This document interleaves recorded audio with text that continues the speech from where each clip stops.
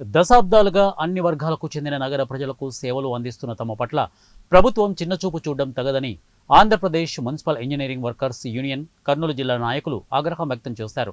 తమ న్యాయమైన డిమాండ్లను వెంటనే ప్రభుత్వం అంగీకరించాలని కోరుతూ కర్నూలు నగరపాలక సంస్థ కార్యాలయం ఎదుట మున్సిపల్ ఇంజనీరింగ్ వర్కర్స్ యూనియన్ ఆధ్వర్యంలో కార్మికులు సమ్మె చేపట్టారు.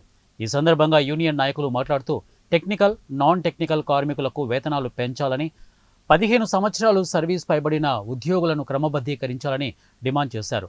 ఇక ఉద్యోగి నిర్వహణలో చనిపోయిన వారి కుటుంబాలను ఆదుకోవాలని, సీనియారిటీ ప్రతిపాదికన జీతాలు చెల్లించాలని, హెచ్ఆర్ పాలసీ అమలు చేయాలని, తదితర డిమాండ్లను వెంటనే ఆమోదించాలని ప్రభుత్వాన్ని కోరారు. రాత్రింబవలు నగర ప్రజలకు సేవలు అందిస్తున్న తమకు న్యాయం చేయాలని కోరారు.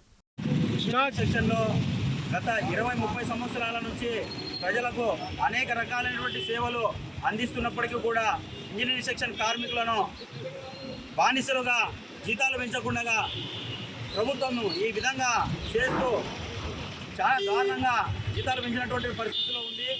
కాబట్టి ప్రభుత్వం వెంటనే ఇంజనీరింగ్ సెక్షన్ కార్మికుల యొక్క న్యాయమైన డిమాండ్లను పరిష్కరించాలని ఈ నిరోధిక సమ్మె సభాముఖంగా తెలియజేస్తున్నాము.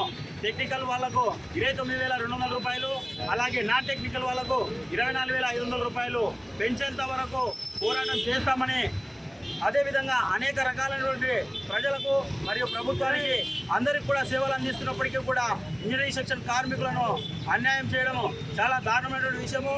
కావున ప్రభుత్వం దిగి వచ్చి మా డిమాండ్లను నెరవేర్చేంత వరకు ఏమాత్రం ప్రభుత్వ రాష్ట్ర కమిటీ సూచనల మేరకు ప్రభుత్వము మొత్తం దిగ్బందీ చేసేటువంటి పరిస్థితులను కూడా మేము చేస్తామని చెప్పేసి కూడా ఈ విధంగా తెలియజేస్తున్నాము.